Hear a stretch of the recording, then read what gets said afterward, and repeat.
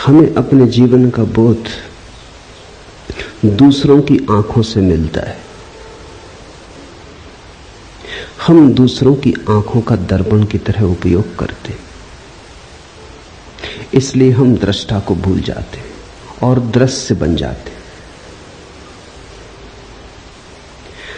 स्वाभाविक भी है, छोटा बच्चा पैदा हुआ, उसे अभी अपना कोई पता नहीं, वो दूसरों की आंखों में झांक के ही देखेगा कि मैं कौन। अपना चेहरा तो दिखाई पड़ता नहीं, दर्पण खोजना होगा। जब तुम दर्पण में अपने को देखते हो तो तुम दृश्य हो गए, दृष्टा ना रहे।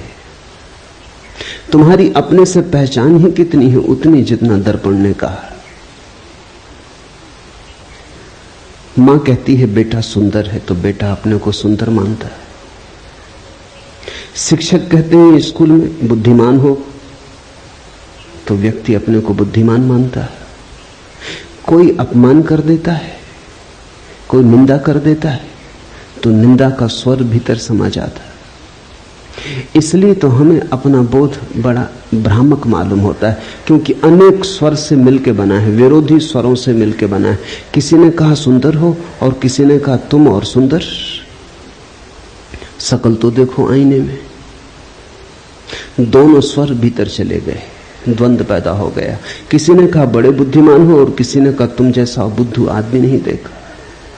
दोनों स्वर भीतर चले गए, दोनों भीतर जुड़ गए, बड़ी बेचैनी पैदा हो गई, बड़ा द्वंद्व पैदा हो गया। इसलिए तो तुम निश्चित नहीं हो कि तुम कौन हो।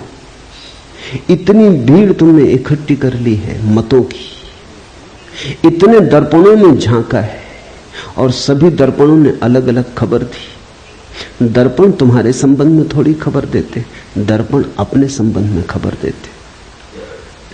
तुमने दर्पण देखे होंगे जिनमें तुम लंबे हो जाते, दर्पण देखे होंगे जिनमें तुम मोटे हो जाते, दर्पण देखे होंगे जिनमें तुम अति सुंदर दिखने लगते, दर्पण देखे होंगे जिनमें तुम अति कुरूप हो जाते, अष्टावक्र हो जाते। दर्पण में जो झलक मिलती है वो तुम्हारी नहीं है, दर्पण के अपने स्वभाव की है। विरोधी बातें इकट्ठी होती चली जाती। इन्हीं विरोधी बातों के संग्रह का नाम तुम समझ लेते हो मैं हूं।